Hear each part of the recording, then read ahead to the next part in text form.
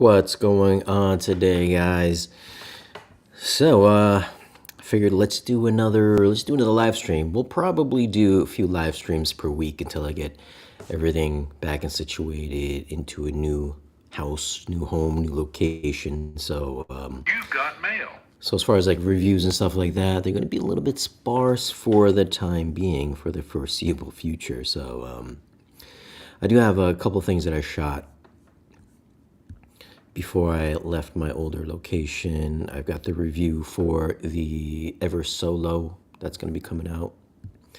I've got a Hi-Fi Rose review coming out, the Definitive Technology DM70 review coming out. I still got the Golden Ear T66s that's coming out. So that's at least four.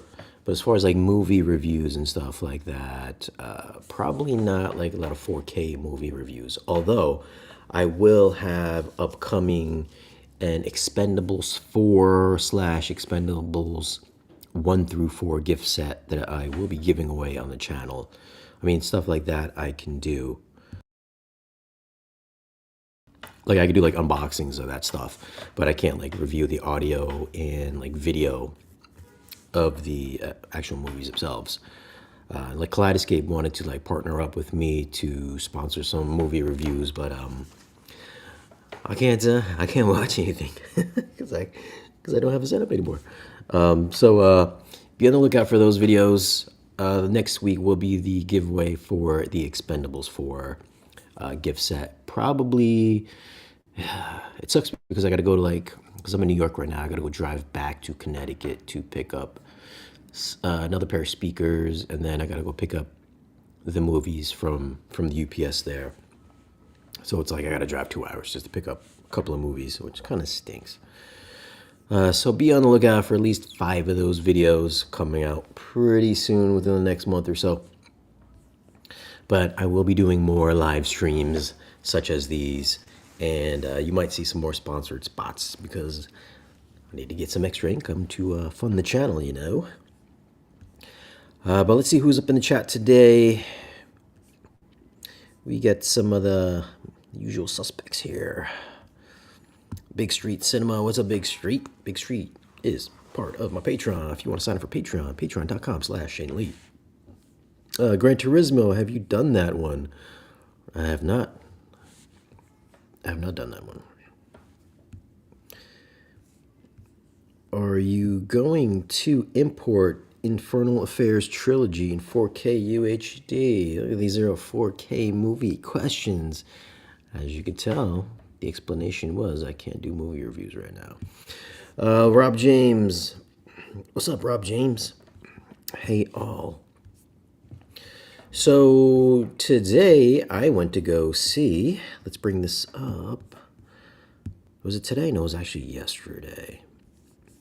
So I know I can't do like 4K reviews, but I can do, I don't know, some quick thoughts on movies, on certain movies here. So we are looking at The Hunger Games, The Ballad of Songbirds and Snakes. So this is not a 4K movie review. This is not a Dolby Atmos review, but just kind of like quick thoughts on whether or not I think The Hunger Games, The Ballad of Songbirds and Snakes is gonna sound good or look good once it does come out on physical media, 4K streaming, etc. This was an okay movie. I think the only weak part for me was probably the Rachel Zegler character. I thought like the acting and stuff was pretty good in it, but you know, I wasn't the biggest fan of like how I didn't read the books first of all, so I don't, so I'm not really familiar with like the source material. But I just didn't like how they kind of mixed in with like the whole song aspect of the movie. So I'm not sure if any of you guys have seen the movie or not. But Rachel Zegler, who was in like West Side Story and the upcoming Snow White, which I'm assuming they're both musicals as well. So she did have a pretty big musical part in this movie.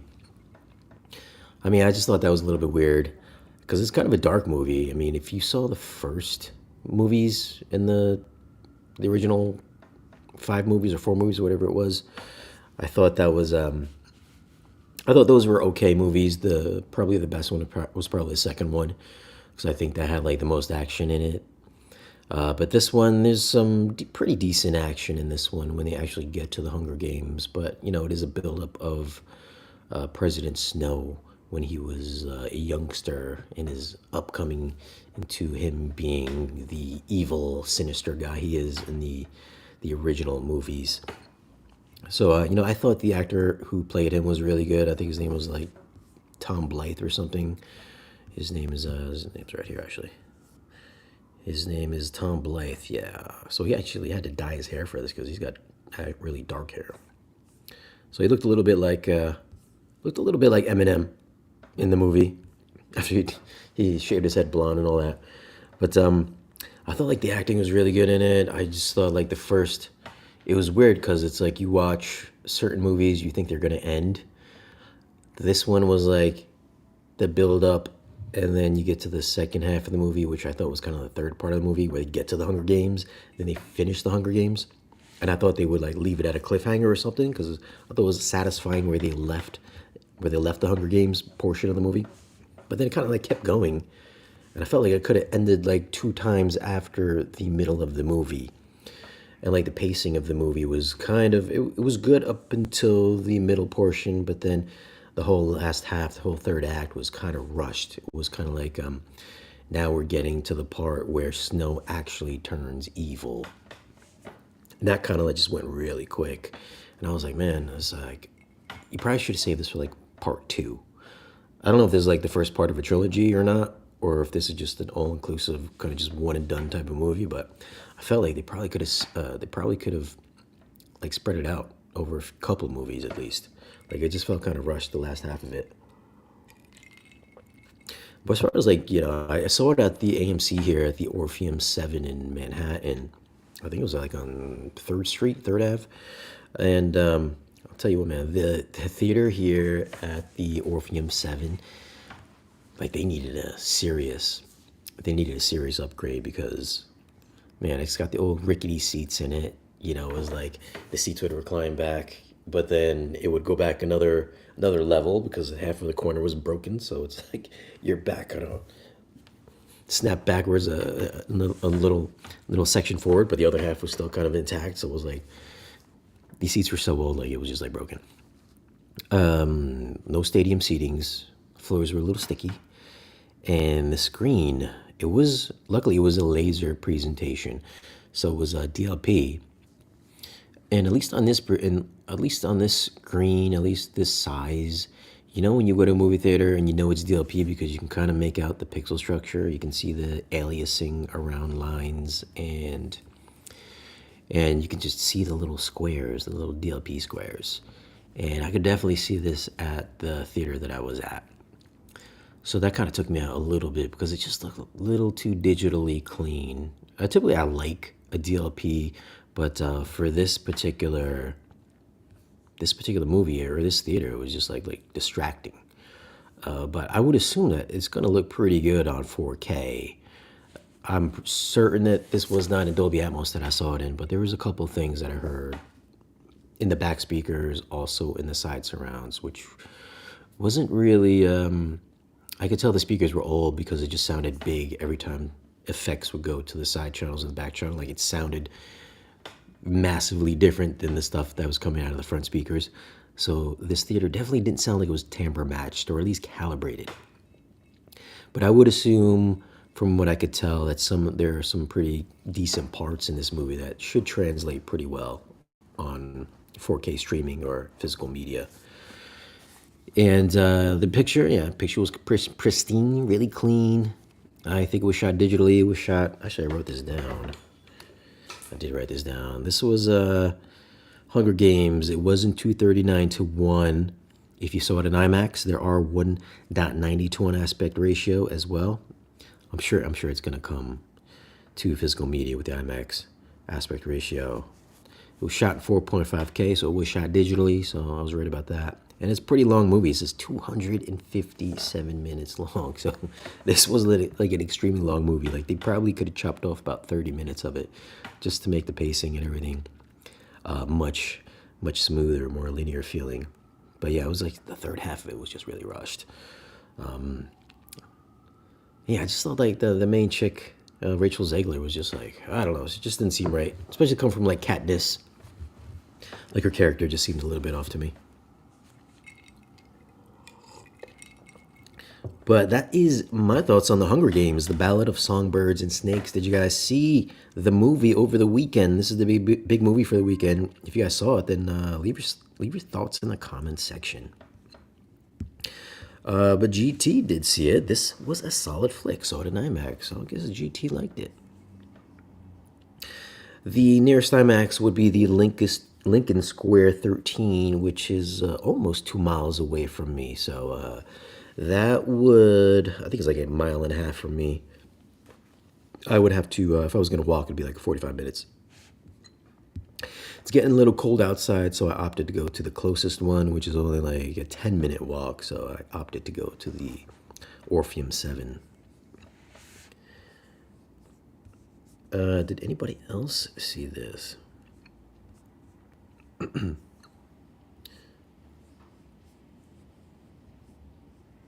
Mission Impossible. So there are some, yeah, there is some news here. The Abyss, True Lies, and Aliens in 4K, March 12th. So this is official. It is actually coming out. We're getting some Jim Cameron movies coming out on 4K Blu-ray. I won't be able to watch it, so I'm gonna have to rely on you guys to talk about how good it is. I'll have to catch it sometime, probably next year.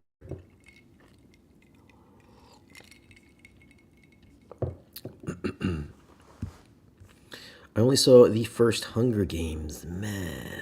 Well, the second one was actually pretty good. There's good action in the second one, and then like the third one was, what was the third one, like Catching Fire or something like that? It was just like, yeah, I'd skip on that one. What's up, Shane? Did you move? Are you excited about the James Cameron 4K Blu-ray movies coming out? It's cool for the collectors out there. I'll have to catch it in a few months once I get everything up and running. How is Katniss in it? Katniss is actually mentioned, I think, twice in the movie, but not Jennifer Lawrence's character. It's actually like a plant. I don't know what kind of plant it is, but some kind of weird plant. She mentions it as naming it Katniss. So I think she says it twice. So it has nothing to do with Jennifer Lawrence's character. I don't know if she's like Katniss's mom or something like that. Maybe one of you guys had read the story, read the books. Maybe one of you guys know. But there is no actual Katniss in this movie. This is a prequel. Katniss wasn't even born at the time of this movie.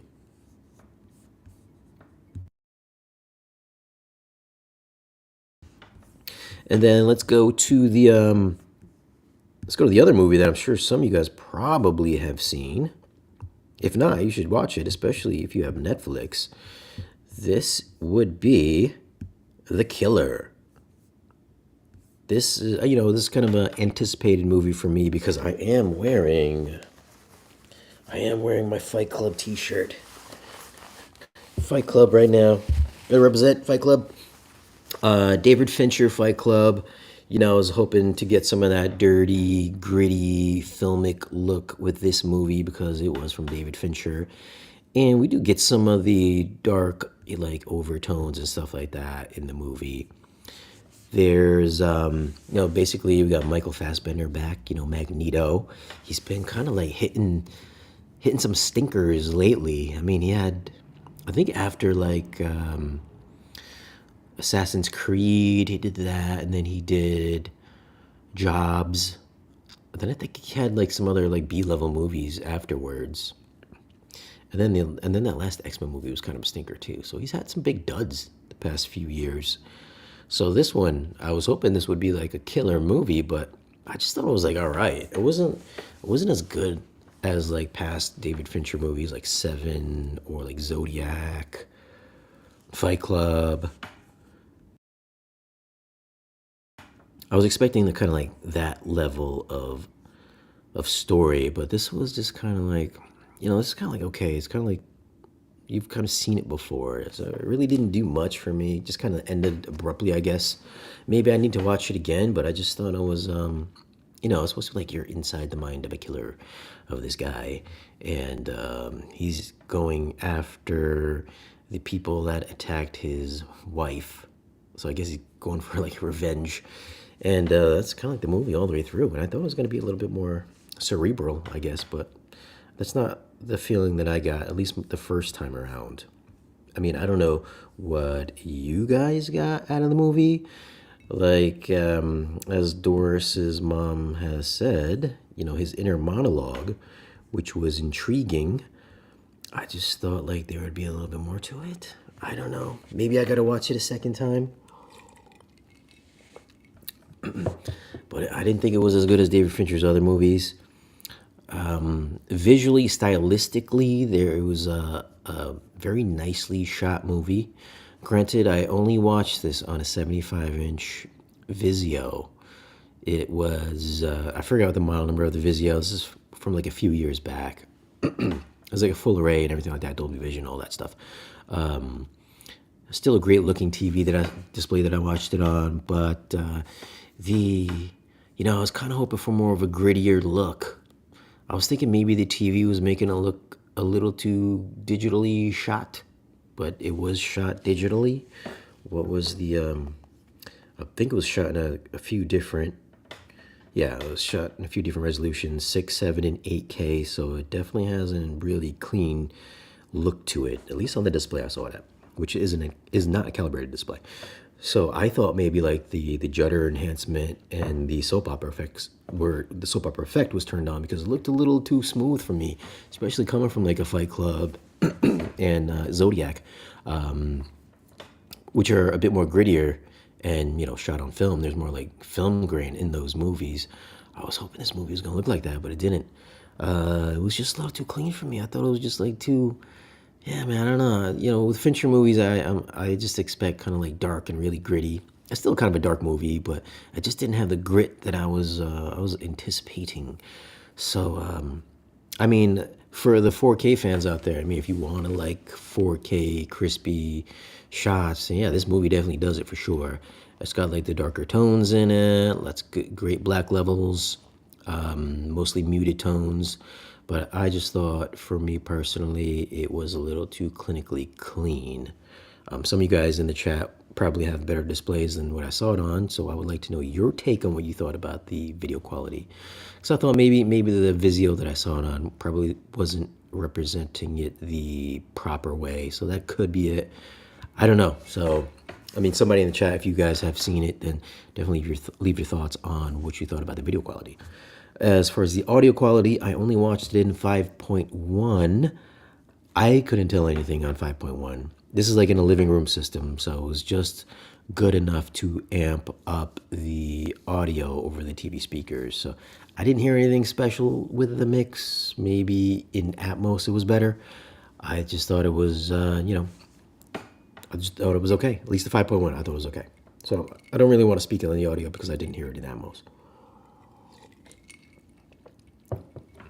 But as a whole, though, the story-wise and everything, maybe I would have to watch it again. I just didn't really float my boat too much. Not enough to where I was just like, listen, I gotta watch it again. But maybe I will watch it again. Maybe I'm just missing something. I did like one aspect of the movie. Like, in Fight Club, where Edward Norton's character, he has a couple different names from Planet of the Apes, like Dr. Zaius and Cornelius. In this movie, he goes by a few aliases as well. It's like when he's going to the airport, he's got, I think he uses, the first one I realized it was like Felix Unger, which I thought that was a weird name at first, but then I was like, wait a minute, isn't that from The Odd Couple? So he uses that alias. He uses Sam Malone from Massachusetts, which, if you're familiar, Sam Malone is a character from Cheers.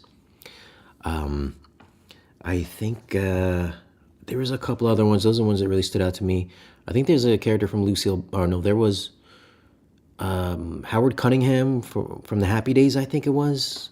So he did use the Cunningham name. There was a name drop. These are all from like shows from like the 80s, from 80s sitcom. So I thought that was a nice little Easter egg touch. Like maybe he was a fan of 80s sitcoms. Maybe he was raised from sitting in front of the TV all the time. And then this is just part of his psyche or whatever. I don't know, but I do like little '80s sitcom name drops throughout the entire movie. So I thought that was pretty neat.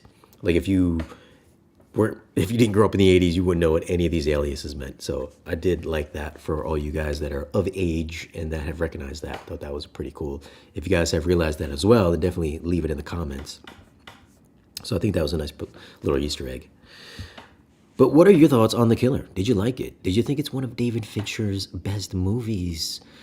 Leave your comment down below and let me know. Let's see. AA seen it great surround sound in the opening, not Atmos. Was it an Atmos? I don't know. On my side, it just says 5.1 because it's not hooked up to an Atmos setup. Gary Lau says the audio was great and I was only watching through Logitech Z5500. Gary Lau with the Logitech system. Jack Black says it is the loudest and most powerful Netflix audio. Fincher doesn't miss. Good evening, folks. I'm streaming The Killer right now. So Jack Black seems to like it. Doris's mother saw it on the Samsung QD OLED S90C 77-inch. What was your experience? How did you like it? Oh, The Killer is still in theaters in Toronto. I wanted to catch it at the theater here, but nobody, it wasn't playing, at least not in the theaters that were near me.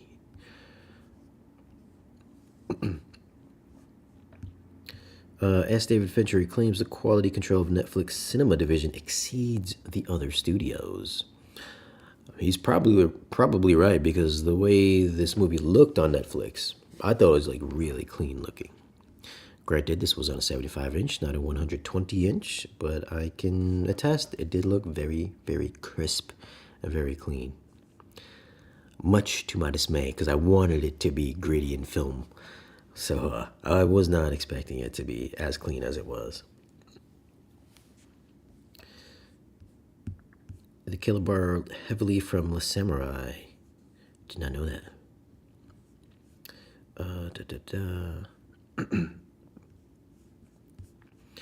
What else? I thought there was too many inner monologue, but then again, this was based on a graphic novel. Was this?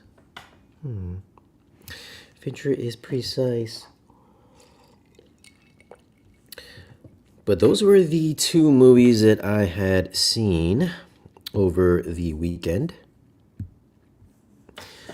I'm thinking, I don't know, I kind of want to go see that Thanksgiving movie whenever that comes out. I think it comes out next weekend, or is it already out? Because I didn't see it playing at any of my local cinemas here. So I do want to go see Thanksgiving. Since I got a lot of time on my hands, I'm probably going to see a lot of movies since I got the AMC list. So I do want to see that, and maybe that Saltburn movie. I mean, that's getting some pretty good reviews with the guy that played the Joker, Barry Coogan. That looks pretty good.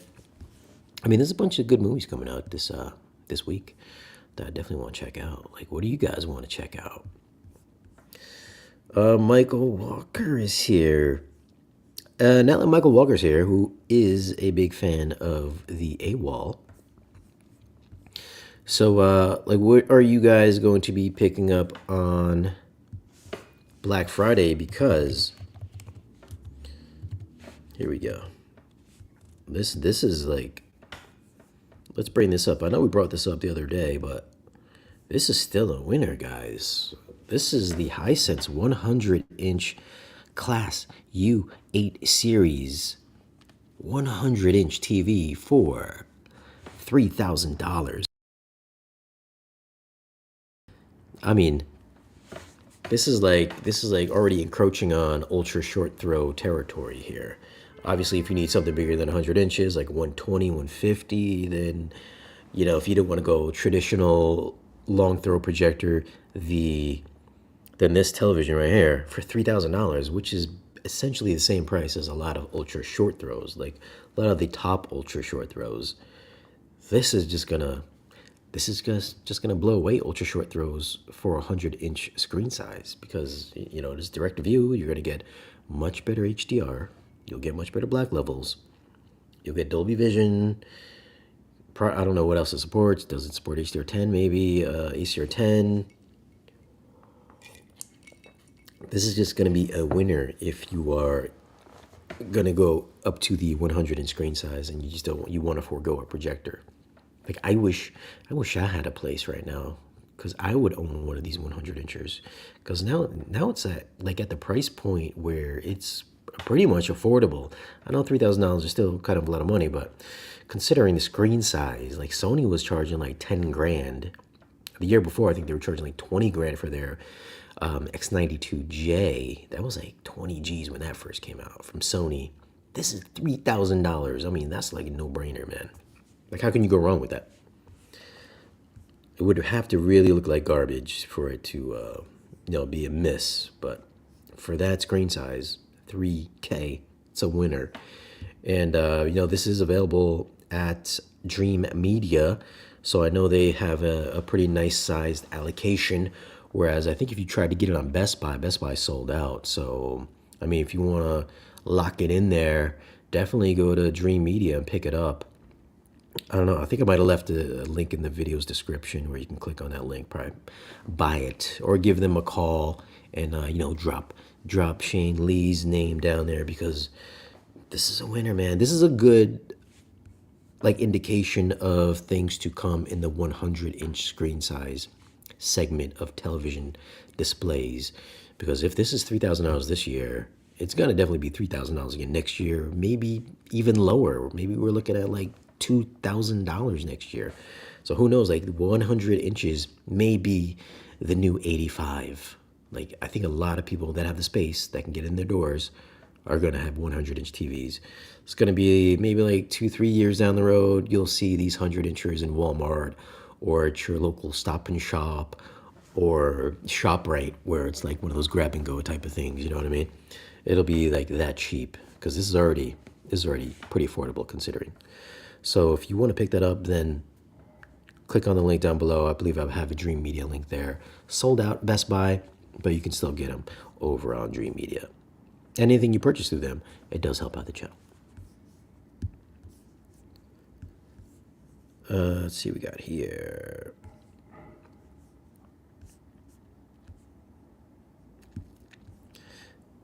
Mr. Gary Lau picked up Transformers Rise of the Beast for $10 at Walmart. That's funny because that just came out. It's already $10. Big Street Cinema. Any thoughts about making some reviews on high-end speakers for computer systems? I do have, which has already been reviewed before, but I do have a Cambridge Audio DAC Magic 200, which I will be using to hook up to my desktop speakers, because right now I'm just using a little dongle, a little DAC dongle from Audio Quest. This is pretty affordable. It's like $350. So if you kind of just want to up your audio game, which looks like they have a Black Friday sale. Let me see what's on sale here. We're on the US website. Upgrade for less. Man, where is this thing? So this, I used it in my regular. Is this it here? No, that's Alba Duo. Let's go the DAC Magic. Come on, man. I believe it was like $350. Here we go. So this guy right here. This will, oh, dude, it's like dude, I had no idea it cost $550. All right, so it's a little pricey. So I got this in, it's got, Saber DACs, which is kind of like reference DACs, one per channel. It's got optical coax. You got your headphone out. It's got Bluetooth, aptX, it supports MQA, And then this should make your audio sound better on your desktop speakers. So I'm going to be hooking this up to an audio control. I forgot the number, but it's an audio control desktop amplifier. I'm going to have going from the Mac So I have a Mac. I got a Mac Mini, which is right next to me here. I'm using the Mac Air right now. So this is the Mac Mini. I'm going to be going Mac Mini from, I believe, USB out into the DAC Magic, and then from the DAC Magic over to the audio control amplifier, then out to a little set of bookshelf speakers from M&K. I think they're like I forget what the model number of the M&Ks were, but they're like the H85s or something like that. So I'm going to be doing that as like a little desktop speaker setup for the audio files. Obviously, if you have that, you can pick any kind of speakers that you want. And if you have a little external amplifier, this should sound pretty good. But I'm not going to be doing like dedicated like Logitech speakers, so I won't be doing that. I mean, I did review a pair of SVS, like the Prime speakers that are self-powered that work really well as desktop speakers. I think what is it? The Prime Wireless, I think it was. The Ultra Prime Wireless. I think I gave them away too, if I'm not mistaken. Home audio speakers. I think it was the Prime Wireless. Here we go. And speaking of SVS, I am going to have them on the channel. I think on the 26th or the 29th, they're going to come on and like talk subwoofers and stuff like that. I've never had SVS on before, so that should be pretty fun. I met the guys at the Audio Device live show, like actually in person. Usually they just send me stuff to review, but this time it'll be actually kind of cool to have them on the show to talk about subwoofers and stuff like that. And I did review these ones. These are the Prime Wireless Pro powered speakers, which you could use as desktop speakers, and these sound really good. They're $900. You can also hook up a pair of subwoofers to them, which is pretty killer. Like a pair of like micros with these will be a pretty kick-ass system. That review is on the channel as well, so if you missed that one, definitely check it out. I think I got like some 20,000 views on it, so I got pretty good views on these speakers. SVS always makes a good product, so they're not terribly expensive, not also very cheap. So for what this is, I think it's good value for what it does. So it's got like Bluetooth, wireless, streaming. There's an app for it and everything like that. So if you want to look at desktop stuff, that's definitely a good option. Mr. Tomlinson Holman says he would only buy a 100-inch TV if it was OLED. I think you still got a couple of years to go for that to become $3,000. I'll say within 5 years, probably OLEDs will be about $3,000 at that size.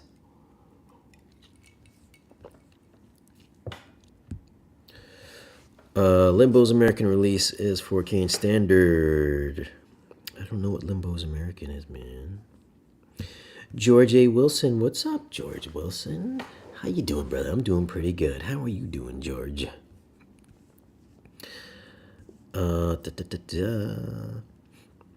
Any thoughts about regular speakers versus monitors like Genelec and so on? Do I have any thoughts about that? I do. I have some thoughts. I know a lot of professional studios, they use Genelecs for their mixing. So they have their very specific sound, like they're supposed to be like excellently measured speakers, like they're supposed to be really flat. So I mean, they might be a little bit dry for some people, maybe a little too analytical. But as far as regular speakers versus like powered, I mean, I know some people don't think about it, or maybe they don't believe it. Like, there's a lot of folks out there that believe that all amplifiers sound the same, or that all speakers should probably measure flat. But I find that I've reviewed plenty of amplifiers out there that have a specific sound quality to them. And I find, a lot of speakers have a specific sound quality to them. And then trying to find like the nice combination of amplifier and speaker to get the correct tonal balance for your ears is kind of fun. But then at the same time, not everybody can do that because, sometimes you just can't audition gear for your house. So I think just having powered speakers with a specific tonal quality to them that you know what it's going to sound like can definitely be a plus for some folks. But then part of like having audio gear in your house is trying different amplifiers and speaker pairs together to find the perfect combination that you're gonna like. Whereas like then at the same time, powered speakers could be just a really simple one and done solution. So if you wanted to go for an all Genelec setup, you know what it's gonna sound like. It's gonna sound probably the same in most every room that you put it in. So I mean, I could go either way. If somebody was gonna give me a bunch of Genelec speakers, I wouldn't turn them down for sure. But then again, like I said, man, it's fun like trying out a pair of Ascendo speakers and using them on a Macintosh amp or my Sendos on a Trinov amp or my Sendos on an Emotiva amp. They're going to sound differently with each one of those amplifiers, whether you believe it or not. They will sound a little bit differently. And they'll react differently because sensitivity and stuff like that. So I could go either way. I mean, it takes the guessing game out of setup and stuff like that if you were to go to powered monitors like a Genelec. So there's definitely some positives going that route. It really depends on how much money you got, how much money you want to spend, how much time you want to invest in your search of audio goodness. Oh, Michael Walker, here we go. AWOL 3500 Pro with the cabinet self-rising screen was $16,000. Whoosh. September 120 inch, I got 3000 Pro, everything the same for $74.59 Black Friday special. Man, can you imagine that? Imagine if you spent 16 grand and then like a few months later you could have got it for $7. That's the thing about some of these displays, man. Displays, they drop, at least for TVs, man. This is what I hate. I hate doing TVs because it's every year. At the beginning of every year or towards the end of every year, there's always the announcement that there's the brand new OLED coming. There's the brand new mini LED coming, LCD coming. And then it's like the previous year is like, that's already old stuff. Just wait another couple months till like February so you can buy the new model. And then every year you get the same pitch from all the other YouTubers and sales guys and retailers. Now, this is the best TV that's ever been produced. Trust me, I've heard it every single year that I've done it. I get sick of every year about TV stuff. I know TVs are super popular every year. I personally don't get it. Especially for the high-end stuff, high-end TVs, it's always like 2% better every year. It's honestly like 2% better every year. Maybe 10%, maybe, probably most likely not. Maybe like 2 to 5% better every year. And every year people talk about the latest and greatest. They're like, they gotta upgrade, they gotta sell their TV. They need to have the newest model every year, television set. It drives me nuts, man. It really does. Every year, it's the same shit every year. You hear it over and over again. Let's check the EOTF tracking. Let's check the 10% window. How bright is it? Does the OLED dim after a certain period of time? Is it 8K a thing now? How's the upscaling? How's the motion? I'm like, dude, we listen to the same. It's always the same every year, too. Drives me nuts. That's why I like to stick to projectors, because projectors is like the refresh cycle is usually like every 3 years, at least for the high-end projectors like the Epsons, Sony's, JVCs. It's usually about every 3 years or so. I think that's why you're seeing a lot of these big Black Friday drops, like $3,000 off on JVC stuff, because I think we're coming up on the 3-year life cycle of the JVC. So I would anticipate probably like some newer models on the horizon. I mean, I don't know for sure. That's just my guess, just from the time frame from when I first did a review of the announcement video almost 3 years ago. That it would seem like for projectors, at least for the JVC, there's probably some new ones coming out. So I would, if you're in the market for a projector, then of course, saving $3,000. NZ8, I think is like $14,000 right now, which is a killer deal for that projector. Still buku bucks, but it's still cream of the crop as far as projectors, and that's the way I would go, unless you can get yourself a killer deal on a Hisense 100-inch television set for $3 grand. The three movie Equalizer 4K collection, which released earlier this week, features new IMAX enhanced DTS X tracks for 2 and 3. I did not know that. The standalone versions come with Atmos. Hopefully, you could review that. I probably won't be reviewing that, so if you skip all the way back to the beginning of the stream, there's a pretty good reason why I cannot review any movies right now. When I first got the Sony Z90, it came out at retail price at $10,000 for 75-inch. Then it dropped to $9,000 after a few months. I finally got the 75-inch Z9D for $2,850 and the 65-inch for $1,765, which I use now. Yeah, that was a great TV back in the day, Michael Walker. Michael Walker is, I believe, a YouTube member subscriber. So if you guys want to join my YouTube membership and support the channel, feel free to join the YouTube membership. You can join for as little as $2 a month. I was working at Best Buy when the Z90 first came out, and I remember that 75-inch, and that it did have 3D at the time. And I had the backlight master drive, which I don't know what it would look like right now.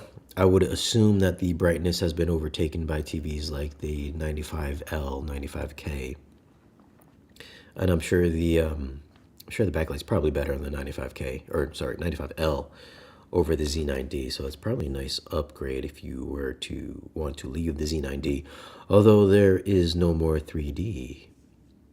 Unfortunately, which I would just guess that the 3D quality on the Z90 probably looks pretty good. So I mean, if that still works well, then I would keep that around just for like some 3D content, moving in and out of rooms and stuff like that. But it's funny because I just got the 95L like 2 months ago, and I was really excited to get it, but now I can't even use it. Now it's like sitting in storage. It's like sitting in storage with the 95K. Now I gotta watch all my movies on my iPad. on my iPad and my laptop.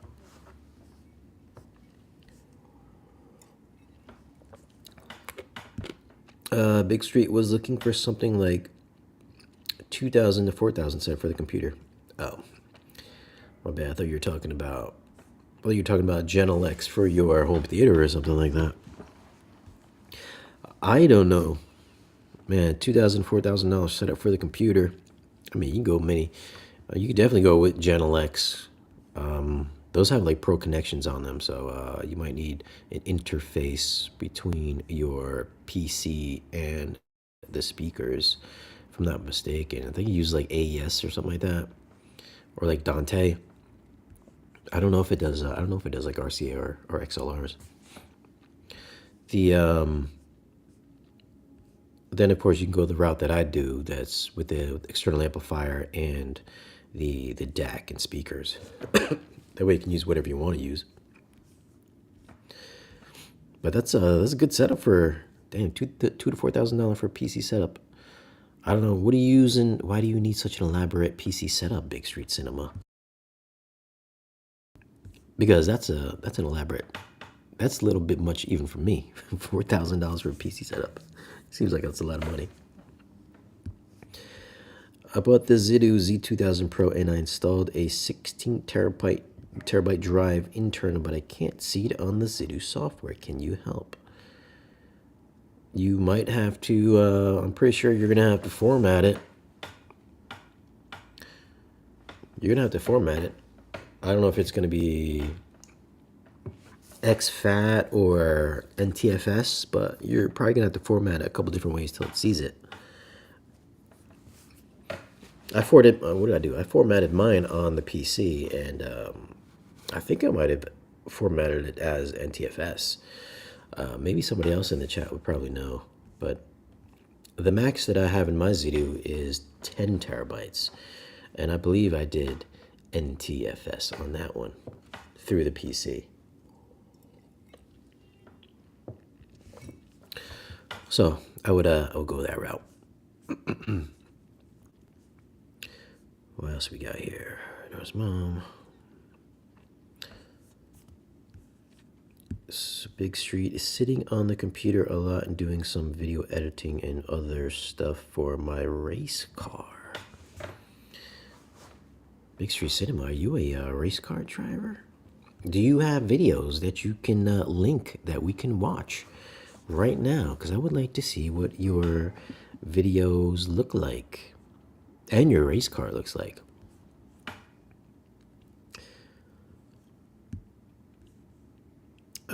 Hey Shane, any thoughts on the new Vestia lineup?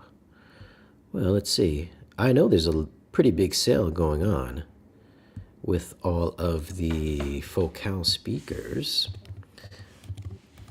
Is the Vestia not taken over for the Aria lineup? Like, I thought the Vestia was the kind of like the replacement for the Aria, which would be, I think, their entry level. Which I think is their entry level stuff. And the everything is on sale. The Vestia stuff is on sale at Dream Media right now. I mean, I haven't heard this lineup. I've only heard their Canta, Sopras, and their higher end lineup. So I would just assume if these have the same tweeters, they should probably sound pretty good. But the build quality does look to be a little, what's the word?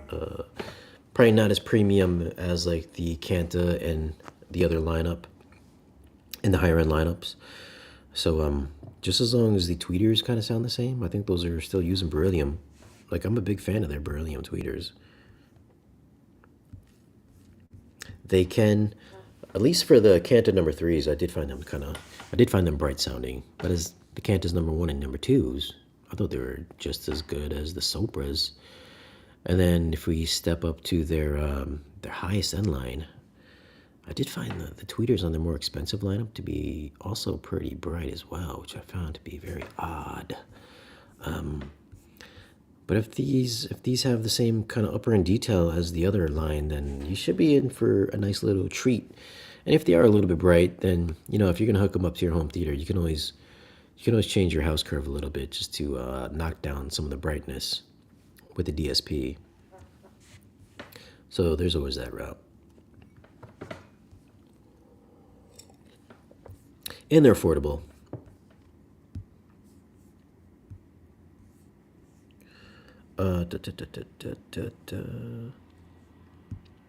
All will be released in 2024, so no, nothing at the moment. Oh, Big Street Cinema. Big Street, don't you have a Trinov in your theater? So that means I have to erase all the movies I put on the internal drive, SATA drive. So did you actually copy all of your movies to the drive before you tested them in the Zidu? Is that what you're telling us that you did, Michael Walker? You probably should have copied over like one movie first and then tried it in the drive before you copied all the movies. To go to NTFS to exFAT means all data will be erased. That is correct. Try out one movie first before you... Next time you do this, try one movie first, format it, try one movie and see if it reads it. If it reads it, then you're good to go. If it doesn't read it, then try a different format. Because I know when I copied over 10 terabytes of movies, God, that took me hours. That took me hours. Do you still have the Magnetar 900? In your opinion, is this the ultimate 4K player you can buy today? That is a good question. Is it the ultimate 4K Blu-ray player you can buy? So it would definitely be a toss-up between the Magnetar 900 and the Panasonic 9000. Is it the Panasonic 9000 or is it the Panasonic 1000? Well, it's going to be between the Panasonic and then the Magnetar. The Magnetar is a universal player, so you can do SACD and all that good stuff. The Panasonic does have the HDR optimizer, so if you have a less than capable display, or a less than capable projector, then the HDR optimizer will definitely help out with that, whereas the Magnetar does not have the tone mapping built in. The Magnetar does have a source direct output, so you can output directly what's on that disk straight to your display to have your display do all of the upscaling for you. So that's a cool little feature as well. The Magnetar, they both do all the HDR formats. It's just the Magnetar is built so much better. I think it's built so much better than the Panasonic.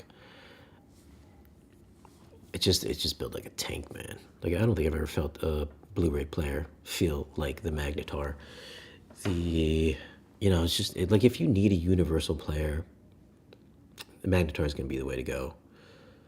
But if you're just like in America, you just want to watch your regular 4K movies. You don't care about nothing else. Streaming. If you need apps, the apps on the Panasonic absolutely suck.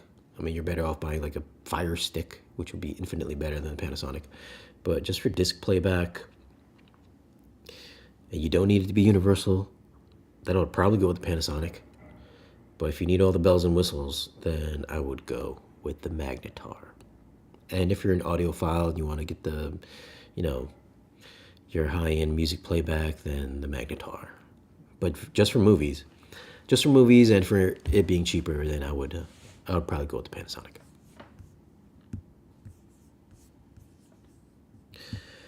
I used the computer and it worked from the computer, so I assumed it would work on the Zidu. After all, it's only data.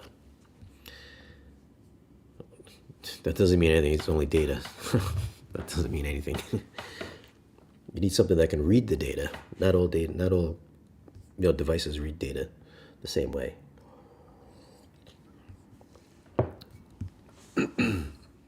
Yeah, so copy it over first. Copy over one movie first, and then you can try it out, because you've just probably wasted a lot of time. I know you wasted a few hours. You wasted a few hours on that. What else we got? Any other questions here before we log off?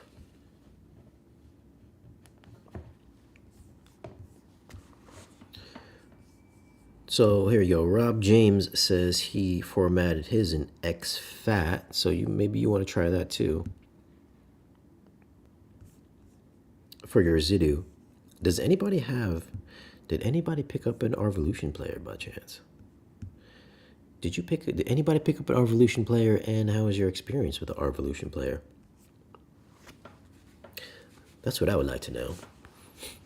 I've decided not to review the Arvolution player just because I think the Zidu players are better.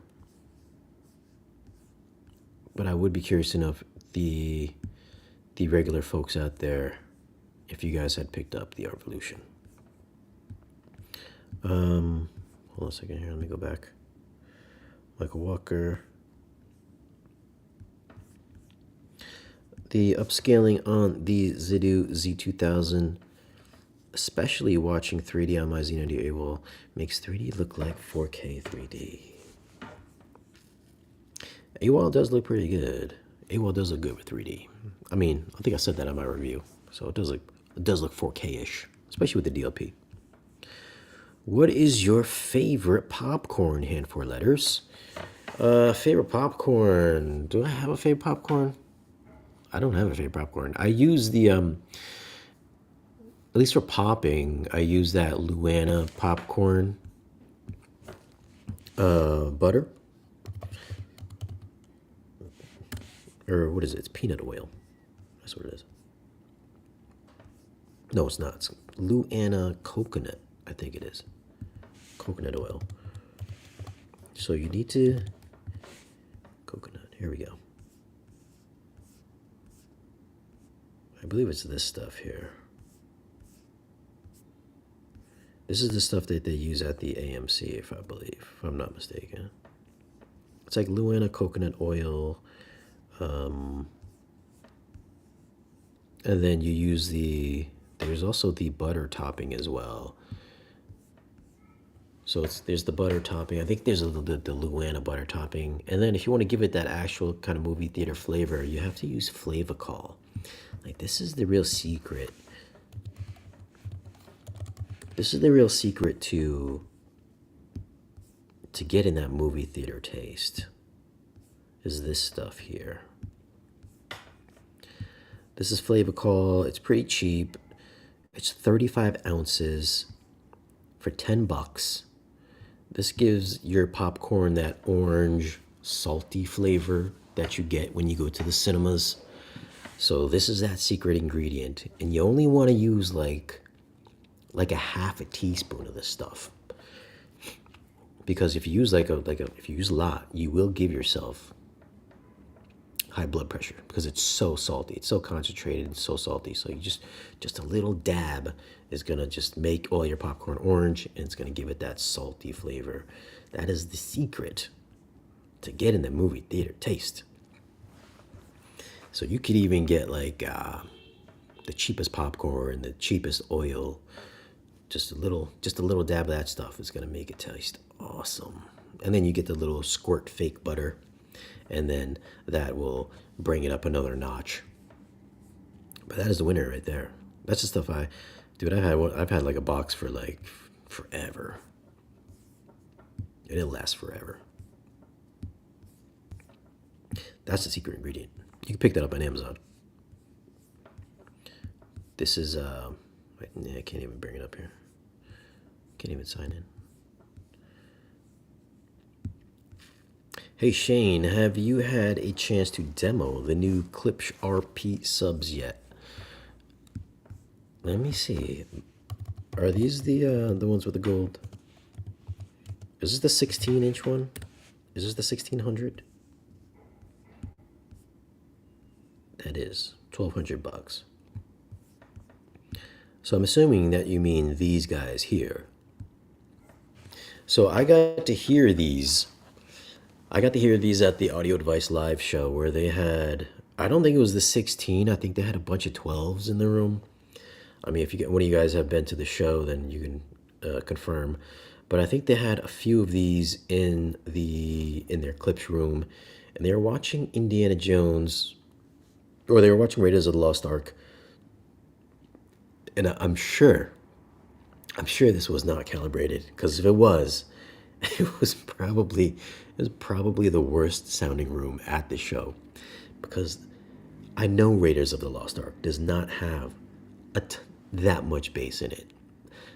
But in this room with these Klipsch subs, there was so much booming bass. It was such an uncontrolled sounding room that it just blew my mind. I had to look around at people's faces to see if they were experiencing the same thing, because it was just such a bloated sound. I mean, they had these subs jacked up to like plus 20 dB. It was so fucking boomy. It was unbearable. I was in there for like 2 minutes, and I was like, I gotta get out of here, because Raiders of the Lost Ark does not sound like this.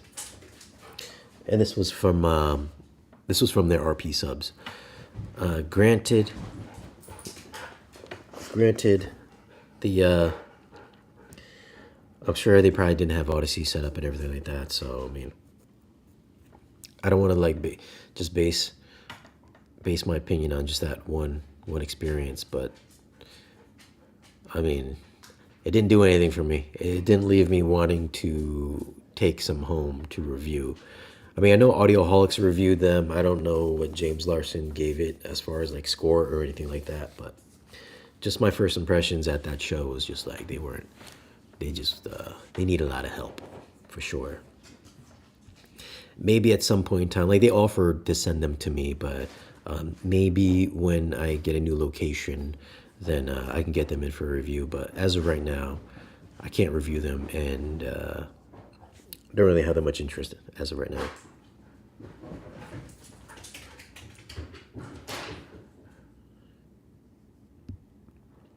Hopefully they're not too boomy. Oh, see, they sound like they're boomy.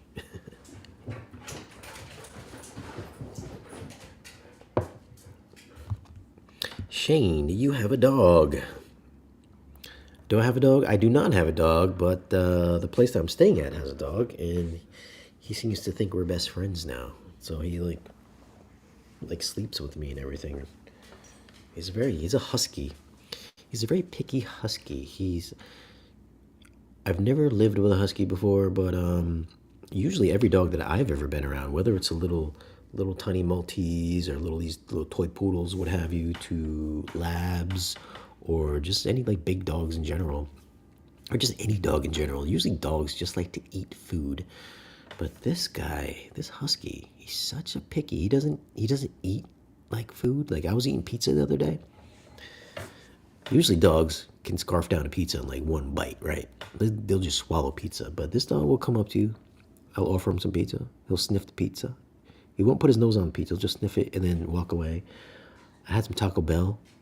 I was gonna give him half my burrito. Came up, sniffed it, walked away. So every food that I've ever offered him, he's always turned down. He only snacks during the day. He'll have like little pieces of chicken during the day. Not even not even like a whole breast. Like a little nugget. He'll have like little nuggets throughout the day of chicken, or little nuggets of little bits of kibble through the day. He's a very picky dog.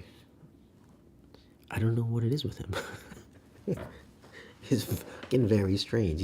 He's a snacker. He just snacks. He doesn't eat like regular dogs do. I don't know why. I mean, he's in shape. It's not like he's skinny or anything like that. Like he's in shape. He eats, but man, what a fucking picky dog though. Never seen a dog like that. Never. It's worse than some of my friends who are just really picky with their food. Like this guy's such a picky. Why are you a picky eater? Come here. And he never likes to listen. You try to call him, he never listens to you. Oh, there he goes. He just came. Look. Oh, can you see him? Oh wait, hold on a second here.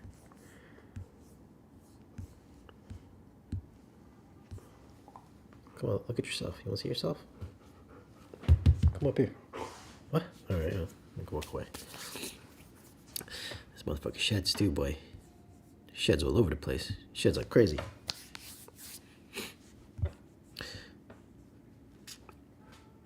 My dog will eat anything. This dog will eat nothing.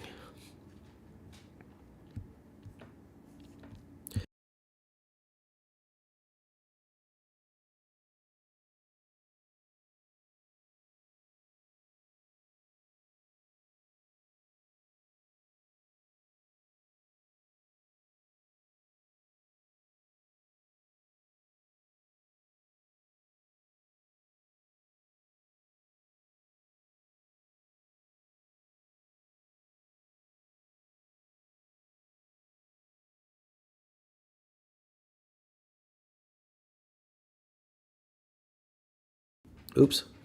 I'm talking to myself. I just bought two 14-inchers for $6.99 at Adorama.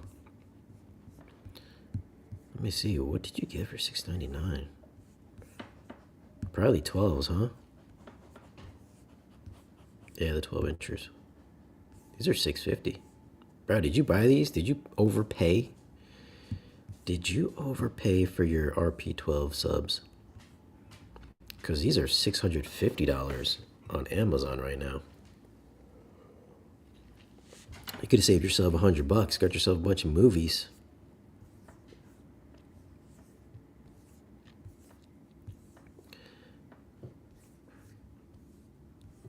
And yo, Black Friday's coming out. What are you guys buying on Black Friday?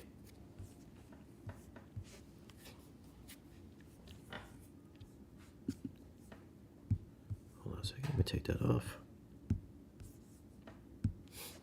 I swear, I think I might be slightly allergic to him too, because sometimes he comes around. I feel like I'm gonna sneeze.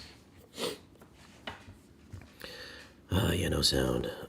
From The Wire to The Crown, probably one of the more underutilized actors of our generation. He definitely has an interesting look. I give him that. Dominic West. You know what I was watching earlier today? I was watching the original Transformers, and That's a pretty good movie. It still holds up pretty well, the original Transformers. That's when like Megan Fox kind of was like peak hotness. Now she got so much work done on her. I don't know what was going on there. Her face looks way plastic. I think she got some. I think she got a boob job as well.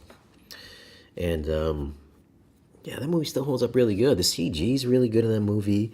The audio is really good in that movie. I like the look. You know, it's like it's got that overly hot look to it, and like the overblown colors.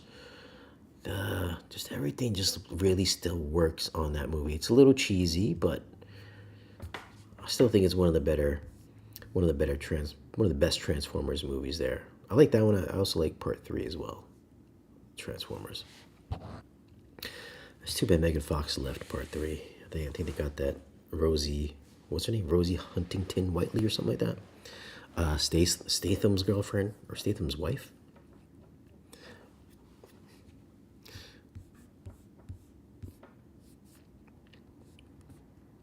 My dog.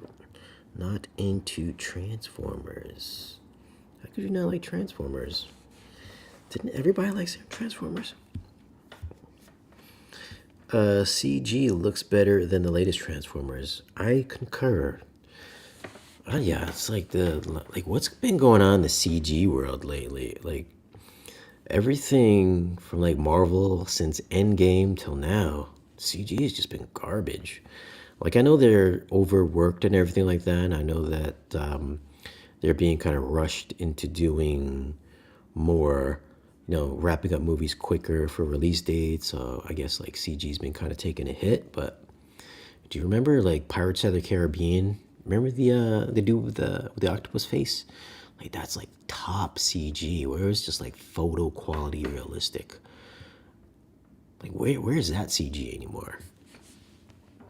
Although the CG in the Creator, like how many of you guys have seen the Creator, which is dropped on digital and also on the Cloudscape? The Creator had some really good CG for such a low budget movie. I think that movie was like either $70 or $90 million, and still top quality CG. It's that CG where it's like Neil Blomkamp, District 9 type of CG, where it looks like they're using like physical prosthetics and stuff, which kind of you get the same kind of effect with the Creator. Like the bigger Hollywood blockbuster stuff, man, just really sucks lately. Just Marvel sucks lately. And speaking of Marvels, did anyone go see the Marvels over the last weekend, or at least this weekend?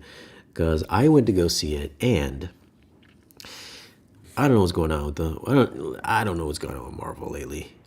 I didn't hate Miss Marvel, or my bad, I didn't hate Captain Marvel.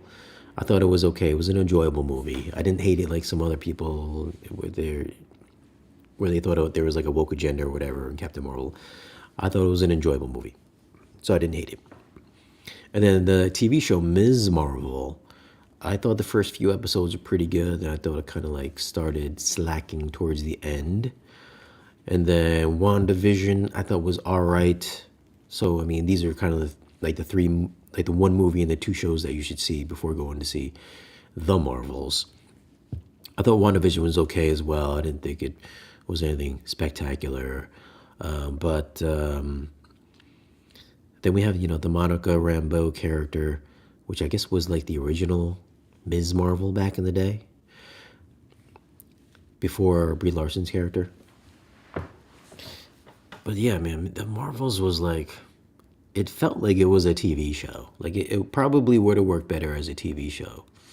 Like the sets felt small. Everything just felt small on it. The CG sucked. The story sucked. Captain Marvel was kind of like a secondary character in it. I mean, the only really kind of redeeming part, I guess, would be the young girl, Ms. Marvel. Not that she had a big role or anything like that, but she had a couple good one-liners, not gonna lie. I did laugh a couple times in it. But it was just cheesy. And then the villain was just, I don't even know what the villain's name was in the movie. They fought like the female version of that dude from Guardians of the Galaxy. Shit, I can't remember his name either. Marvel just got some really forgettable characters. She was just a bad villain too. It was like it didn't pose any threat at all in the movie. And then of course they had the little X-Men stinger post credit scene at the end. Sorry if I spoiled it for you guys, but Beast does show up at the end, and then they're in the multiverse where the other chick. I don't know if she's supposed to be Ms. Marvel. Like Monica Rambeau's mom is in the multiverse. Was that supposed to be an alternate version of Captain Marvel? I don't know. But the movie felt smallish. The CG sucked.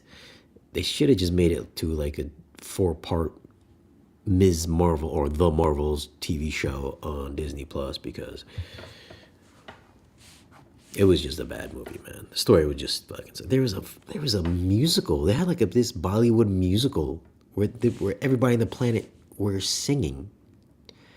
I was like, what is this? Like, who directed this movie? Like, how are you guys writing these movies and you just don't know what's gonna be good or bad? God damn, that movie just sucked, man. Oh gosh.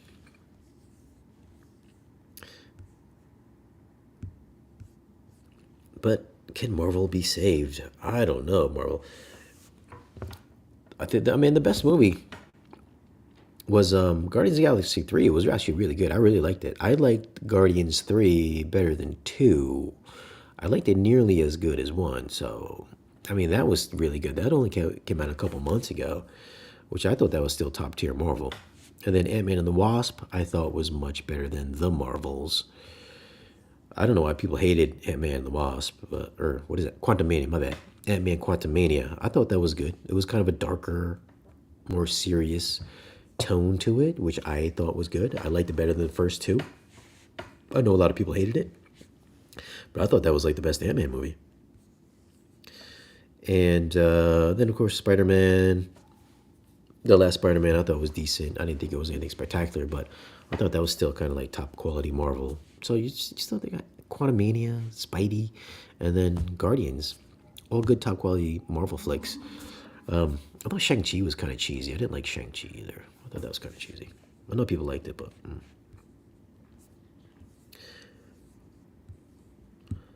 I'm going to wait for Disney Plus. Guardians of the Galaxy 3 was good.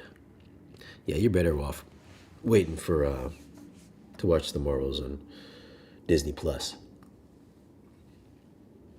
I mean, I think they've only got Deadpool 3 coming out next year, so that's like the only Marvel movie I think on the horizon. So I'm hoping that they kind of like regroup and just reassess everything, because I think they also canceled the Daredevil TV show, which they kind of shot a big portion of just to kind of rewrite everything. So that show must have sucked if Kevin Feige was like, we need to stop and redo this. Because if they make Daredevil anything like he was in She-Hulk, that's going to be a joke.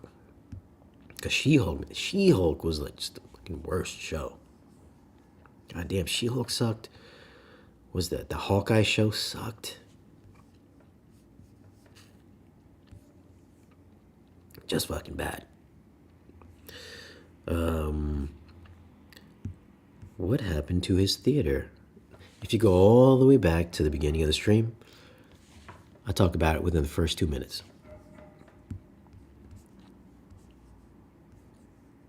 Deadpool 3 must be epic. Sorry, dude. That's what I'm talking about. Dog comes in here for like 2 minutes and I feel like I got dog hair all over the place. I feel like I get dog hair in my mouth. Are we getting a new X-Men movie anytime soon? Those were good in the past. Last one was trash. Well, from the looks of... I don't know if the Marvels is going to tie in with Deadpool 3. But I don't know how they're going to do that. But I mean, Beast from the Fox X-Men movies was in the Marvels. Of course, Hugh Jackman is back, and I think Halle Berry's back in Deadpool 3. I think Professor X is back in Deadpool 3. I know Elektra is back in Deadpool 3.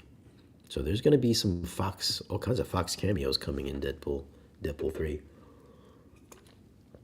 Hopefully they can spin that off into maybe like a newer version of the X-Men in the MCU. Fantastic Four is before X-Men, I believe. Yeah, I think they just, I don't know if they didn't like announce it, but I think the rumor is Pedro Pascal is supposed to be Reed Richards. I really liked. I was really hoping that John Krasinski could still play Reed Richards because I thought he was, for that little part that he was in the the Doctor Strange movie. I thought he looked the part. I thought he should have. They should have just kept him, man. I don't know why they're gonna replace him with Pedro, even if that is the rumor. Rumor is that after Secret Wars, everything will be reset. Yeah, I don't know if that's gonna happen. Secret Wars is man. Secret Wars was such a crap show too. Jeez, like everything they put out on Disney Plus just sucks, man. Even Jesus, I think everything except for maybe Andor. Andor was probably the only really good show that they put out on Disney Plus. Shane, you really have overlooked the Eversolo DM6 streamer. I have not overlooked it. I've been using it in some of my reviews. Have you not been watching any of my past reviews? It's actually got a pretty big role in some of my older reviews.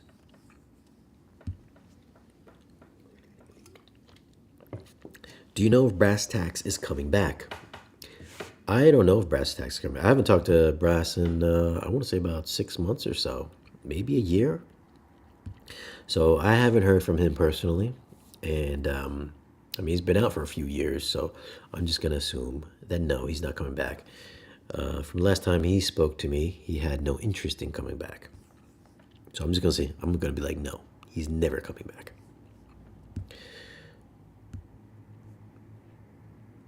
Marvel just needs to stop for a while. Well, they are stopping.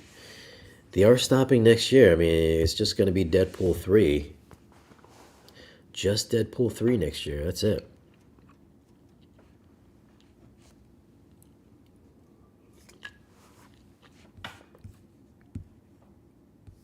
I think the Eversolo could become a good home theater processor entrant someday. I mean, it's a. I mean, the Eversolo is a. It's a nice little It's a nice little streamer.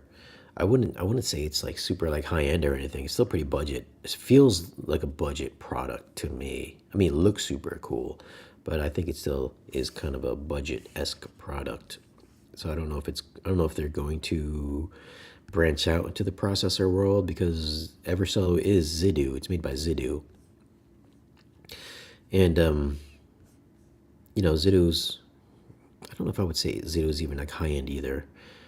I mean, I would say they're kind of like mid-level products. The Eversolo and Zidu.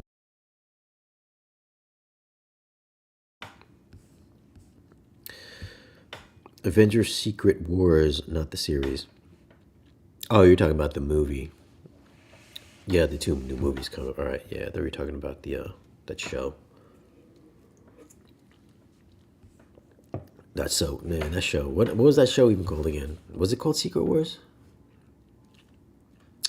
I don't even know. What happened to that character at the end? To the House of Dragons girl at the end of that movie? She was like the most powerful villain ever. They just gave her like every power from everybody. I mean, they're gonna have to bring her back at some point in time. Somebody's gonna have to kill her, or at least like fake kill her. They are the only company that has back ported a native Apple Music player into their streamer. The Apple Music player. So are we not talking about FOMO? I'm not sure why we would talk about FOMO for. I'm not here to talk about other people. I'm here to talk about products and movies only. We keep any kind of drama or anything like that from other channels out. Unless he's here, then obviously I would talk to him if he was here. But he's not. So we will not be talking about other YouTubers or other people on the channel. Secret Invasion, that's what it's called. Secret Invasion, yes. Do I like Loki? I liked Loki. I only saw the first 3 episodes of Loki before I moved, and then I did not finish the last, what is it, 6 episode series. So I didn't finish the last 3 episodes. So I have no idea what even happened in it. Although I have been meaning to watch it, I'll probably catch it on the iPad. Maybe I'll wrap it up tonight after I get off of here. But I like the first three. I like the first 3 episodes. I like the look of the show. I mean, I don't know if they shot it on digital or film. They probably shot it on digital. But I like the way it looks. It looks like it was shot on film. It looks kind of gritty looking. It's got like film grain to it and everything like that. So I did like the aesthetics of how it looked, and it kind of had like a nice serious tone to it. But the what was I gonna say? The audio sounded all right from what I first heard the first couple episodes, and yeah, I thought it was good. The only thing I don't like about Loki is like, he was supposed to be a bad guy. I hate that like everybody in Marvel that's a bad guy turns good, or like nobody ever really dies in the Marvel Cinematic Universe. So I hate these anti-heroes, man. Like if you're gonna be bad, be bad. Like Loki was supposed to be bad. The Winter Soldier was supposed to be bad. Like they're all friends. I mean, can we just get a villain? Like a really good villain? Like he was a pretty good villain in the first Avengers movie. But now he's like a freaking hero. Like I hate that. I hate that they do that. Chabrubin, $2 super chat. Pair character turning around, waving his hand, saying, "Hey, you," while lowering his glasses. What does that even mean, Chabrubin? No idea what that means.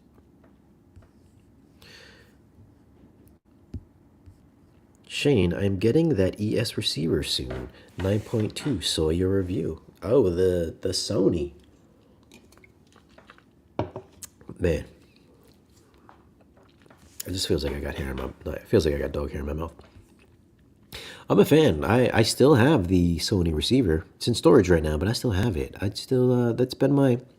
If you have a Sony TV, that's a great receiver for it's a great receiver for like an all Sony setup. I'm a fan of it. I was using it with the Martin Logan SLMs, and it's a kick-ass little AVR for sure. And it works great. It works great with the. It works great with the center lift, so it uses the TV speakers with the Sony TV. Uses the TV speakers to mix the center channel. I believe there's a slight little delay so that it hits you at the same time as your center channel, so it doesn't. You don't get like some weird comb filtering effect. So it works well. I like it.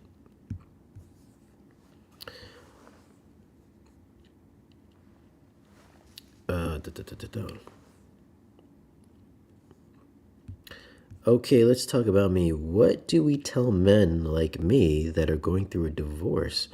Do we pull out all the B&W in walls and ceiling in a dedicated theater room? You're going through a divorce, you want to pull out your in walls and ceiling? I guess you would have to if you're moving out. I would. I don't want to give you any divorce advice, but I guess if you're getting a divorce and you're going to leave the house, then I would pull out I would pull out everything I bought.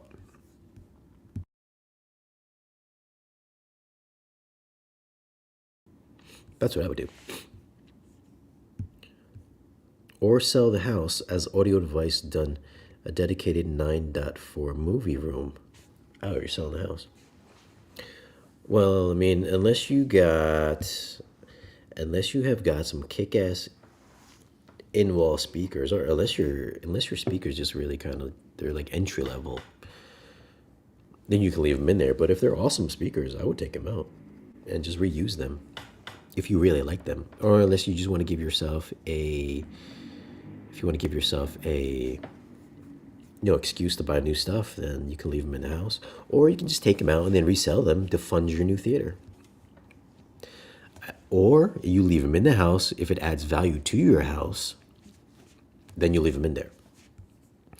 So you got a couple ways. I mean, if you really like them, I would take them out. If you care less, then leave them in.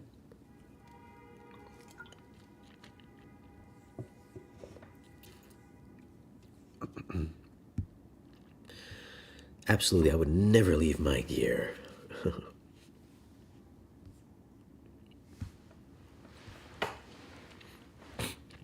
Sucks going. I've never been through a divorce, but I'm assuming that it probably is equally as bad as kind of like breaking up with somebody, but minus kind of money. But yeah, man, you just yeah, take them out, man. Take them out. Take them out and sell them. Take them out, reuse them. Why not?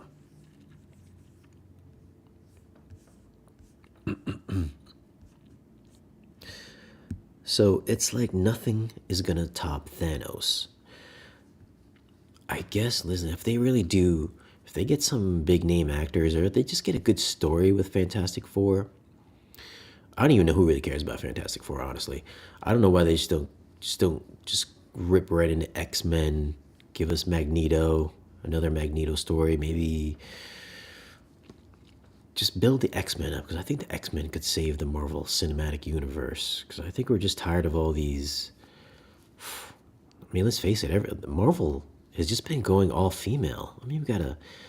They even kind of like hinted at the maybe like the female Young Avengers in the Marvels. So you got Ms. Marvel, the female Hawkeye, the little daughter from Ant-Man and the Wasp. Those were kind of like hinted at the end of the Marvels, and then or was it Elena from Black Panther's sister? Well, she would also be part of the female Avengers as well. And then She-Hulk. Oh gosh, dude, who's gonna go watch that movie, man? How many of you guys would go watch that movie? And who would even be the villain? Like if that was the new Avengers group, if we got Ms. Marvel, Monica Rambeau, Ant-Man's daughter, Hawkeye's daughter, Black Widow's sister, She-Hulk. Like who are they gonna fight? Who are they gonna fight? And are you guys gonna go see that movie? I got nothing against like female superheroes, but all those characters I just named all came from shit movies. Like who would really want to go see that?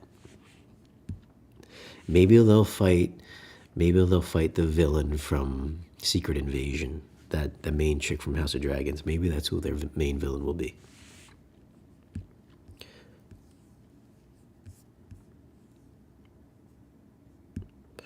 Marvel is kind of leaving it wide open for DC to slide in the back door.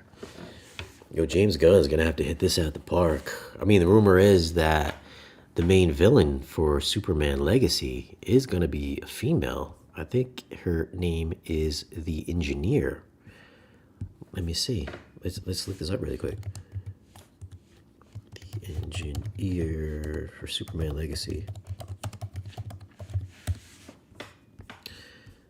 Here we go. Superman Legacy. Let me share the screen here. So this looks like it's going to be this Superman's villain. Marvel Studios has cast Animal Control and the Moody's actress Maria Gabriela de Faria as the engineer in James Gunn's Superman Legacy. As reported by Deadline, the Venezuelan actress will play Authority member Angela Spica, aka the Engineer, who can modify her liquid machinery body to form different types of weapons. Gunn celebrated DeFaria's introduction into the rebooted DCU in a post on Threads, noting he wouldn't necessarily call the Engineer a villain as Deadline's original report did. Villain is such a disparaging term, he said.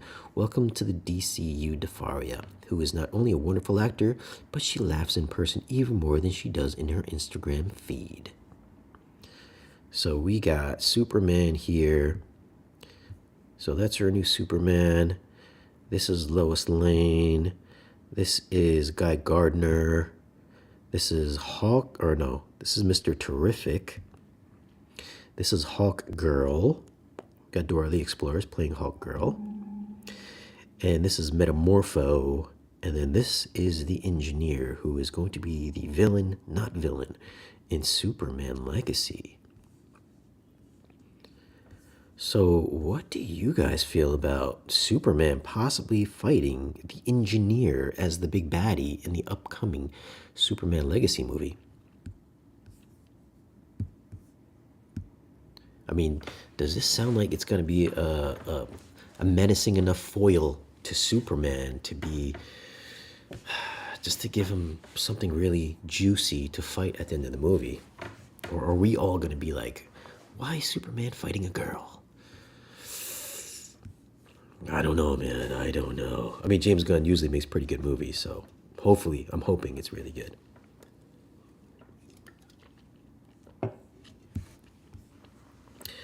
Come on, let's listen to Scorsese on this. No one cares about comic book movies. Well, nobody cares. Nobody cares about about bad comic book movies. We all like good comic book movies. I mean, we still got the Joker 2 coming out, which, fingers crossed, that is as good as the first one. I would think that even Scorsese would have to agree that the first Joker was a pretty good movie. I mean, it did make like $1 billion. Good evening, Shane. What film are you most looking forward next year? I mean, I think everybody's looking forward to Dune 2, so that's definitely on top of my list. I mean, we should probably be watching it like now, but they pushed it back because of the actor strike. That and then Deadpool 3. Deadpool 3 is definitely on my list for sure. Those two movies, I think, kind of like tops. It will be controversial for sure. Everything is so PC these days. I know, everything is PC.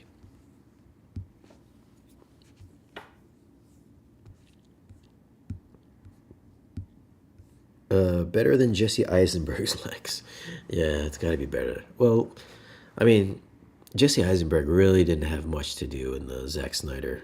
I guess, he just never really got to finish his movies, so I guess we'll never know what Jesse Eisenberg could have done for Lex Luthor.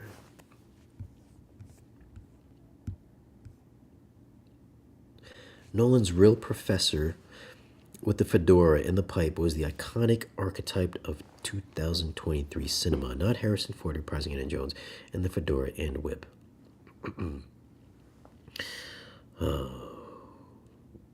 I know this is an umpire. I know I've said this before in a past stream, but I really don't get the hype behind Oppenheimer at all. Like, did most of you guys really care about Oppenheimer? Like, did you guys really find it that intriguing of a movie? Is Oppenheimer the type of movie that you're gonna watch over and over again? Are you guys gonna sit there multiple viewings of this 3 hour movie? I didn't find it, like, I already knew the story of the bomb, so it was like, I don't know. Like, I fell asleep quite a few times watching it the first time around, and I damn well I'm not gonna watch it a second time. I'm not gonna watch it a second time around. Just like when Dunkirk came out, everybody was all hyped up about Dunkirk. I thought that was one of his most boringest movies, man. I don't know. I just didn't keep me engaged at all. But I'm not gonna get into this again. I already did a stream about it. If you guys want to check out the other channel, Dynamically Challenged, I gave my rant about Oppenheimer. I just didn't think it was all that great.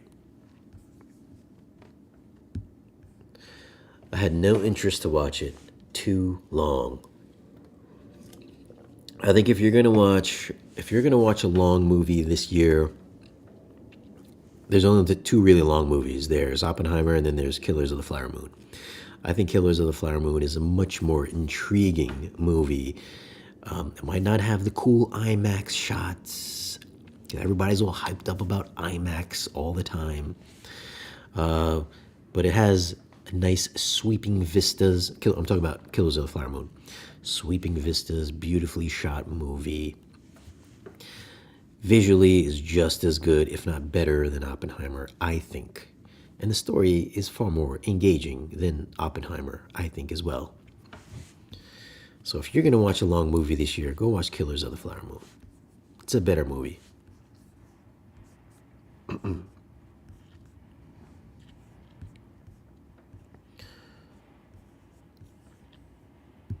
The sound was okay. The sound was okay, and obviously the sound was just okay because it's just like 90% talking. There's not much else going on in the movie.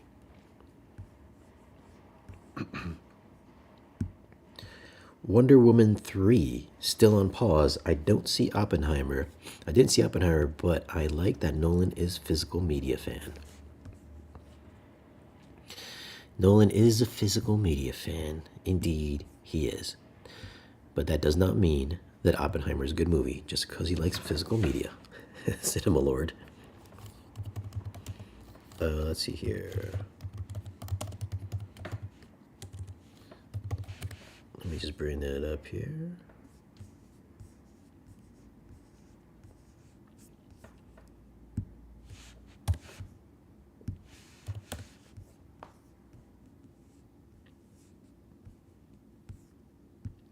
So this was a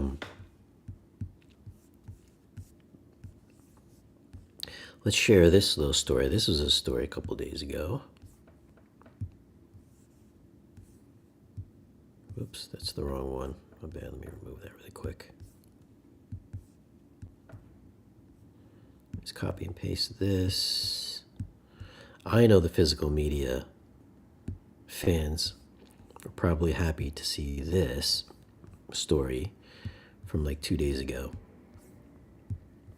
So Christopher Nolan goes to bat for physical media. It's scary for filmmakers. Cinema's most vocal defender talks economics, Oppenheimer Blu-ray, and studios stealing your movies. So what have you got here? Christopher Nolan is responsible for one of the greatest burns of the modern film industry. In the middle of the pandemic, when Warner Brothers decided to put their entire 21 release slate on HBO Max, he cut loose an incredible quote saying, "Some of our industry's biggest filmmakers and most important movie stars went to bed the night before thinking they were working for the greatest movie studios, only to wake up to find out they were working for the worst streaming service."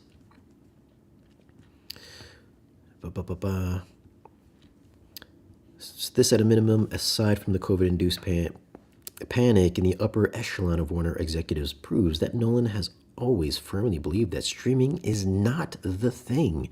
So it's no surprise that with the Blu-ray release of Oppenheimer, he's once again going to bat for physical media. If you buy a 4K UHD, you buy a Blu-ray, it's on your shelf, it's yours. No company is going to break into your house and take it from you and repossess it. It's yours and you own it. That's never really the case with any form of digital distribution, Nolan said. But as one of cinema's most vocal defenders, there's something more troubling than consumers experience with their post-theatrical media: the slow death of physical media. With the emergence of streaming as a crushing blow to physical media, and as Best Buy recently announced they would begin phasing out physical media sales, including DVD and Blu-ray, IGN asked Nolan and Oppenheimer producer Emma Thomas about past and present of home media and what it means to the economics of the film industry. So, Nolan is still really huge fan of physical media. So he's definitely one of those believers that you could possibly lose your movies from a streaming service. But I've had streaming movies. I've been streaming using like Vudu and iTunes for a good like decade or so now. And I personally have never lost any movies. I don't know about you guys. Have you guys lost any of your movies on any of these digital streaming services? I don't think Kaleidoscape has lost any movies on their streaming. Well, it's not really a streaming service, but I don't think Kaleidoscape has taken away any of their movies. I could be wrong. Maybe one of you guys have, but I've never lost a movie on like Vudu or on Kaleidoscape before. I know there's been like some stuff in the past where they've changed things on Disney Plus to, I think they changed like Splash. I think they covered up Daryl Hannah's butt and kind of like covered her butt up with some digital hair. I think they changed something with Dumbo. I think the scarecrows were kind of like racially, there's some racial undertones there that I think they changed it, or maybe they added a warning to the beginning of the movie. I mean, there have been some stuff like that that I've noticed that have been kind of like a thing in the media. But like I said, man, I've never personally lost anything on my digital collection before. Yes, physical media does sound better, and but yeah, he's going to bat for physical media. So for all you fans out there, man, I guess he's the biggest, most vocal, probably ardent, prolific, high profile fan to go speak out for physical media. And I mentioned this before. With the announcement of like Best Buy, dumping their physical media. These retailers, they see that people don't buy movies, or they wait till Black Friday. They wait till like one time a year to pick up movies. Listen, if you don't buy movies, if you don't buy physical media, if you're just only waiting for sales, that's not really an incentive for these retailers to keep stocking the stuff. And if these manufacturers can't find retailers to stock their product, then it's going to be like there's going to be slower production of physical media. So I mean, if you're just worried about saving $5 on a physical media disc on a movie that you like, listen, if you can't swing $5, maybe you shouldn't be collecting physical media. Like if there's a good movie coming out and it's like $25, but you're waiting for it to go to $20, why don't you just pony up your money, buy the movie for $25 because it looks good to the retailers. It keeps them able to stock movies in their stores and locations because their revenue is kind of predicated on square footage in their stores. If they're wasting space on products that nobody's buying, there's no reason for them to stock the product again. So I see this as a lot of people not supporting their beloved hobby by not purchasing physical media and just waiting one day a year, or just not buying the movie at all. So you should really support the things that you love in life, which speaks volumes to the retailers that stock these products and to the manufacturers that make them. So I mean, there's that aspect of looking at it as well. And then obviously, obviously digital's not going anywhere. Digital's only going to get better. We're only going to get higher bit rates, faster speeds. I think eventually it will catch up to physical media specs. I mean, Sony's coming pretty close right now with their Bravia Core, or whatever they're calling it nowadays. So I mean, that's coming up pretty soon. I'm going to say a couple years, man, when everybody's got like quicker internet. Obviously, not everybody in the world is going to have fast internet, but it's coming here fast. Sooner than later, we're getting digital streaming, which is gonna rival, maybe even surpass physical media. So that day's coming, and when that day comes, then maybe even the Kaleidoscape will have to up their distribution as well. But for the physical media fans, I mean, that's cool that Christopher Nolan is speaking out for all you guys. And then in the meantime, purchase your physical media at your stores. It's already too late for Best Buy, but you can keep Walmart going in business if you actually purchase movies there when they come out, and stop being cheap and waiting one day a week or one day a year on Black Friday to pick up your movies. Buy them when they come out. If you're a movie fan, buy the movies. Buy the movies. But those are my thoughts on the whole physical media thing. What are your thoughts on it? Surprisingly, physical media made like $2 billion last year. I don't know what that means for the overall scheme. 2 billion. I mean, 2 billion is a lot of money, sure. Ethic question: if you pay for all the streaming, is it okay to download the same media? If you are talking about pirating your movies, I think you already know the answer to that one. If that is your question. I have lost movies on Vudu like 150 titles like 7 years ago. That's interesting. 150 titles you lost. Like why did they remove the movies? Like what was the reason that they took the movies off the service? I would be curious to know about that. Did you live like in a different, because I know some people have lived in different countries or whatever. Did you buy a movie in a specific country, then you ported it over to a different country? So I know people lost movies that way.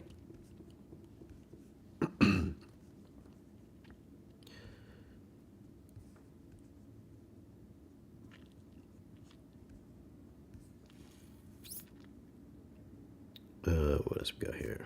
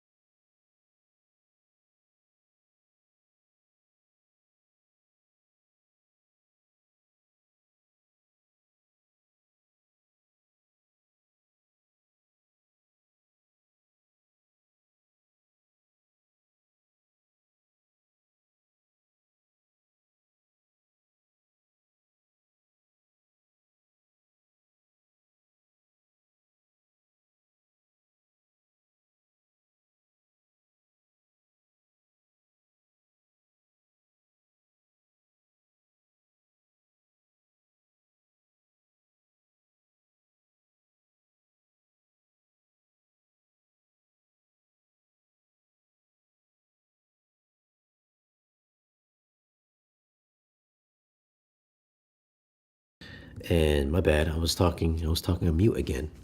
how many how many titles do you have in your Blu-ray collection? I actually don't have a lot of Blu-rays. I've got the only Blu-rays I have are the ones that studios send me to review, and which I will back up and put it on the Zapedi or the Zidu, and then the other half of my collection is on the Kaleidoscape. Usually only the movies that I'm going to rewatch over again, I will buy on the Kaleidoscape. So if you see me doing a review on the Kaleidoscape before the digital or before the Blu-ray, that's a movie that I really like that I'm going to watch multiple times. But as far as Blu-rays, I usually give them away or I just back them up. So it's not a very big collection. Like like having a lot of. I don't like having a room full of discs and cases and all that stuff. So I try to keep the clutter down to a minimum.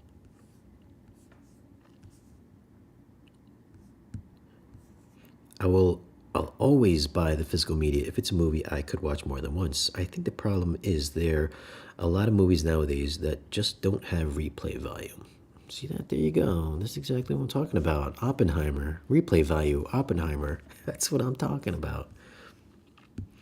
Is Gene a kingmaker? Is Gene a kingmaker? What do you mean by that, Chabrubin? Gene who? Gene from Audioholics? Yo, Gene, is this you? Gene, are you using an alias? Is Chabrubin your alias? But is Gene King? I have no idea what kingmaker is. I know he's like celebrating his 50th birthday right now. He's having a party. I know his wife threw him a big party down in Florida. So I know he's celebrating that right now. I have no idea. They were all digital copies. I contacted them. I got a lame excuse, so I gave up and moved on. Still use the service though. Yeah, that's interesting. I've never heard of anybody losing that many movies before. That's very strange. How many movies you got in Kscape? I only got I think my Kaleidoscape is only like 6 terabytes. It's either 6 terabytes or maybe it's 8 terabytes. But I think I have something like 126 movies or something like that on the Kaleidoscape. I'm not sure how much space I have left, so I'm gonna have to double check on that. But I gotta be coming. I gotta be coming towards the end. So it's like if I'm running out of space, I'm gonna have to need to like another external drive to get those things going. There are a lot of YouTube critics that have too many Blu-rays that it seems like they own every single movie. Yeah, there are a lot of the Blu-ray fans that just got way too many discs, man. But at least listen, I'll give those guys credits because they'll review the movies. I don't think all of them get free copies. Like there's a lot of them that actually buy their movies, and then they'll review them the date that they come out on disc on that Tuesday. So kudos to those guys for supporting their physical media instead of waiting for the big sales. Like So kudos to those guys for supporting the hobby and keeping physical media alive. You guys should do the same if you are physical media fans. I mean, in the pantheon of audio personalities on YouTube and his network, he is as smart as the Amir with the testing and has the gravitas. Audio Vice Live, it looked like he was the most important person like you. What? Are you saying I was important? Dude, I wasn't even in any of these videos. But yeah, he's been in the biz a long time, so he knows what he's doing. He's got unlike some people on YouTube, he actually has like a degree in like engineering for like audio and electrical science and all this other stuff. So he's got the test gear and the the knowledge to make informed, objective decisions and reviews. Whereas a lot of YouTubers, even me included, do like subjective reviews where we just kind of voice our opinions on if we like something or not, or if we hear something or not. So does that always translate to whatever a measurement might be on a speaker or an amplifier, etc.? Sometimes it does, sometimes it doesn't. I like to think I have a pretty good track record of that. But so yeah, he's definitely more on the objective side rather than the subjective side. So he can tell you that himself too. I mean, he tells me that all the time. So.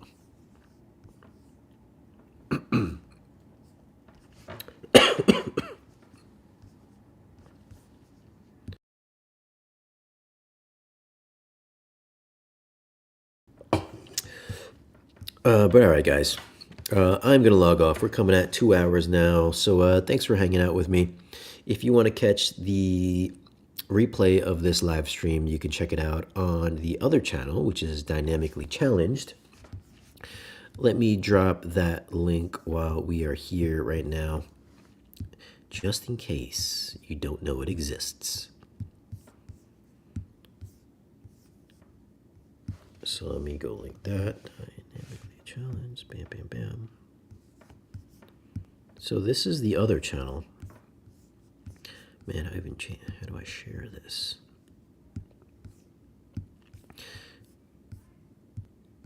Whoops. So let me drop this here. So that is the other channel. That's the other channel where these like kind of just me, these live streams with myself. This is where they live. This is on Dynamically Challenged. Usually the stuff that we do on Thursdays with like Zach or Don or anybody else, that'll stay in the main channel, in the Shane Lee channel. So it keeps this channel less cluttered. So if you just want to listen to me BS with you guys, that's going to be on Dynamically Challenged, which is that channel right there. So if you want to subscribe to that, it helps out. You can comment and stuff like that on the other channel. But that would help out the channel if you subscribed. So thanks for watching. I'm going to log off, and I'll probably see you guys either tomorrow